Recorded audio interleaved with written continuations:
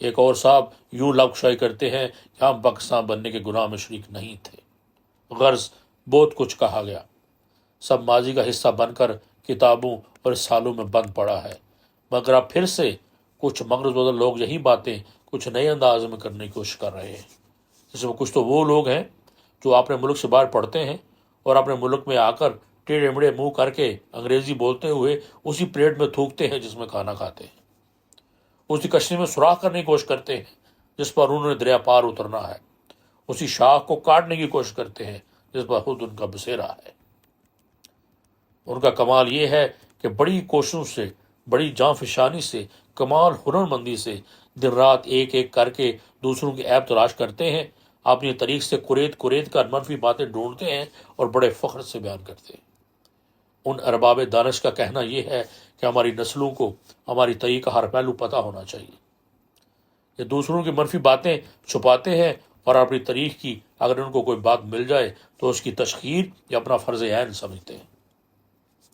جہاں تک میری کم علمی کا تعلق ہے، میں نے آج تک کسی اور ملک کے دانشوروں کو اپنی تنیز سے منفی باتیں ڈھونڈ کر بیان کرتے نہیں دیکھا اور نہ کبھی سنا ہے۔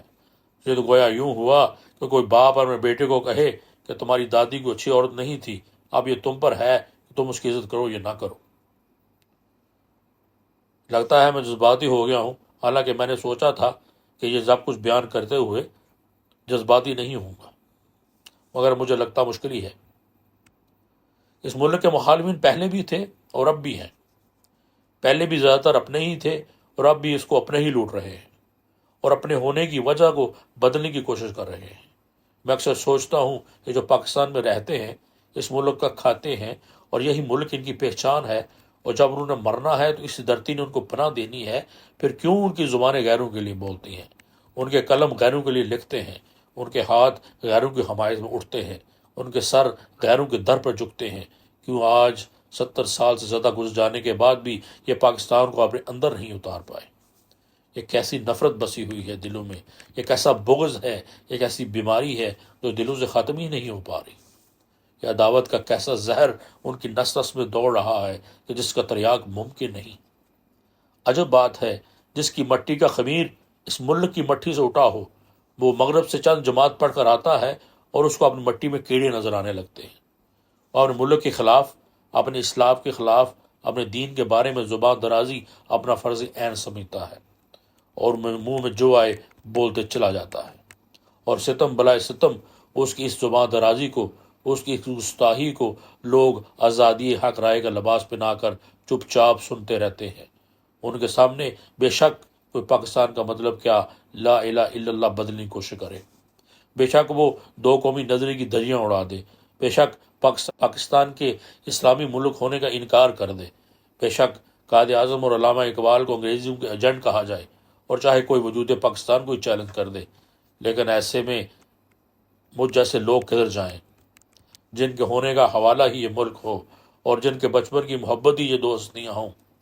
بچپن کی محبت تو آپ لوگ جانتے ہیں نا، بڑی پکی پیڑھی ہوتی ہے، یہ ایسے ہتھ کنڈوں سے بہا کہاں مٹتی ہے۔ ویسے بھی چاند پر تھوکا جائے تو اسے تو کوئی فرق نہیں پڑتا، لیکن تھوکنے والے کا تھوک اس کے منہ پر ہی آ گرتا ہے۔ بہن ہی ان کی زبان درازی سے ان ہستیوں پر تو کوئی فرق نہیں پڑے گا۔ وہ عظیم لوگ تھے، بڑے لوگ تھے، ان کی عظمت، ان کی بڑائی ہمیشہ قائم رہے گی، پر ان لوگوں کا تھوکا ہوا جب ان کے منہ پر آ گرے گا تو یہ رسوائے زمانہ لوگوں کی صف میں شمار کیے جائیں گے۔ اس سے پہلے کہ میں یہ تعارف ختم کروں، میں چند ذاتی قسم کی باتیں بتاتا چلوں۔ پہلے تو یہ ہے کہ میں ایک دانشور یا ادیب نہیں، بس چند جماعت پڑھا ہوا انسان ہوں۔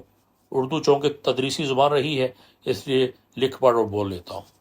اور جو تھوڑا بہت خیال کا اظہار کر لیتا ہوں تو میرے رب کی کرم نوازی ہے، ورنہ مجھ میں تو ایسی کوئی بات نہیں۔ دوسری بات، اگر اس پروگرام کو آپ لوگوں تک پہنچاتے ہوئے آپ لوگوں کو لگے کہ بڑا میں نیکدار اور دیندار انسان ہوں، تو ایسا بھی نہیں۔ ہاں، دین اسلام پر میرا کامل اور پختہ ایمان ہے اور اس کے لیے ہر قربانی کے لیے تیار ہوں، لیکن عمل کے حوالے سے یہ جذبہ تھوڑا کمزور ہے۔ میں کوشش تو کرتا رہتا ہوں اور لڑتا رہتا ہوں اندر کے بے دین انسان سے۔ اب لڑائی میں ہار جیت تو ہوتی ہے، کچھ لڑائی میں جیتتا تو وہی ہے، لیکن کبھی کبھی میں بھی جیت جاتا ہوں۔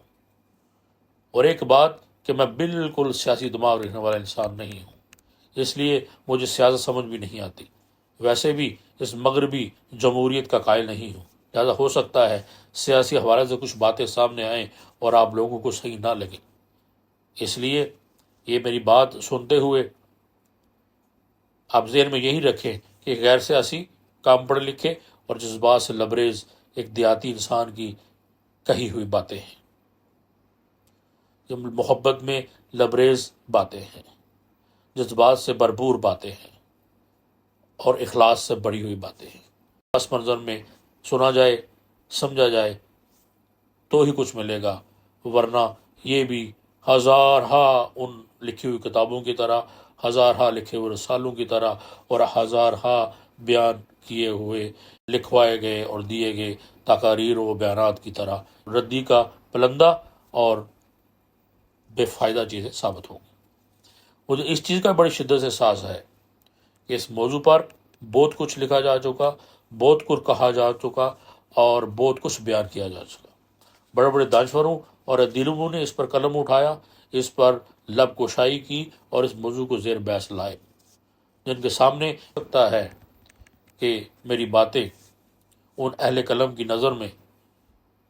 ایک غلطیوں خطاؤں کا پلندہ ہوں، لیکن ایک بات کا مجھے یقین ہے کہ اس موضوع پر اس سے پہلے مجھ جیسے ایک دیہاتی اور کم پڑھے لکھے آدمی نے بولنے کی ضرورت نہیں کی ہوگی۔ جو بھی میرے الفاظ کے مخاطب ادب و دانش کے وہ لوگ نہیں جو دور حاضر کی مہنگی ترین گاڑیوں میں گھومتے ہیں، مہنگے ترین ہوٹل میں کھانا کھاتے ہیں، مہنگا ترین امپورٹڈ سوٹ پہنتے ہیں، اور جن کو زمین پر پاؤں رکھنے سے احساس ہوتا ہے کہ ان کے مہنگے امپورٹڈ جوتوں پر دھول پڑ جائے گی، پھر وہ اپنے ایئر کنڈیشن دنیا کی تمام سہولتوں سے آراستہ کمرے میں بیٹھ کر فٹ پاتھ پر بیٹھے ہوئے غریب بازاروں گلیوں میں، بس اڈوں پر، ریلوے اسٹیشن پر ہاتھ پھیلائے بھیک مانگتے بچوں پر، بوڑھوں پر، کسی جوان لڑکی پر، کسی بوڑھی بانج عورت پر کوئی نظم لکھ ڈالتے ہیں، کوئی مارکا مضمون تحریر کر دیتے ہیں، کوئی پراثر تقریر کر دیتے ہیں، کوئی افسانہ تخلیق کر دیتے ہیں، بے باک و دبنگ قسم کا بیان دے دیتے ہیں۔ میرے مخاطب تو میرے جیسے لاکھوں سادہ پاکستانی بچے اور بچیاں اور بہن بھائی ہیں جن کے دل و دماغ کو زبان کی گوہر افشانیوں نے، قلم کی قلم کاریوں نے، فنکاروں کی فنکاریوں نے اور زبان و بیان کی سرانگیزیوں نے گردآلودہ کر رکھا ہے۔ یہ وہ لوگ ہیں جو قلم کاروں کی فنکاریاں نہیں جانتے، یہ الفاظ کے دو پیچ نہیں سمجھتے،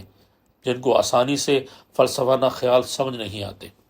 یہ تو سادہ لوگ ہیں، محبت سے بھرے ہوئے دل رکھنے والے، یہ سادہ زبان محبت کی زبان سمجھتے ہیں، جو اندر باہر سے پکے پاکستانی ہوتے ہیں۔ میں جانتا ہوں آگے جو کچھ میں بیان کرنے والا ہوں مجھ سے بہتر اور مفصل لکھا جا چکا، بیان کیا جا چکا۔ علامہ اقبال اور قائد اعظم کے بارے میں مفصل کئی کتابیں لکھی جا چکی، میں کوئی نئی بات نہیں کروں گا، لیکن عزیزان من، ایک حدیث مبارک کا مفہوم ہے کہ اگر کوئی برائی دیکھو تو اسے طاقت سے روک دو، یہ ایمان کا پہلا بلند ترین درجہ ہے۔ اگر اس کی طاقت نہیں تو زبان سے منع کرو، یہ ایمان کا دوسرا درجہ ہے، اور اگر اس کی بھی ہمت نہیں تو کم از کم اس کو دل میں برا جانو، یہ ایمان کا تیسرا درجہ ہے۔ میں نے بہت کچھ غلط سنا،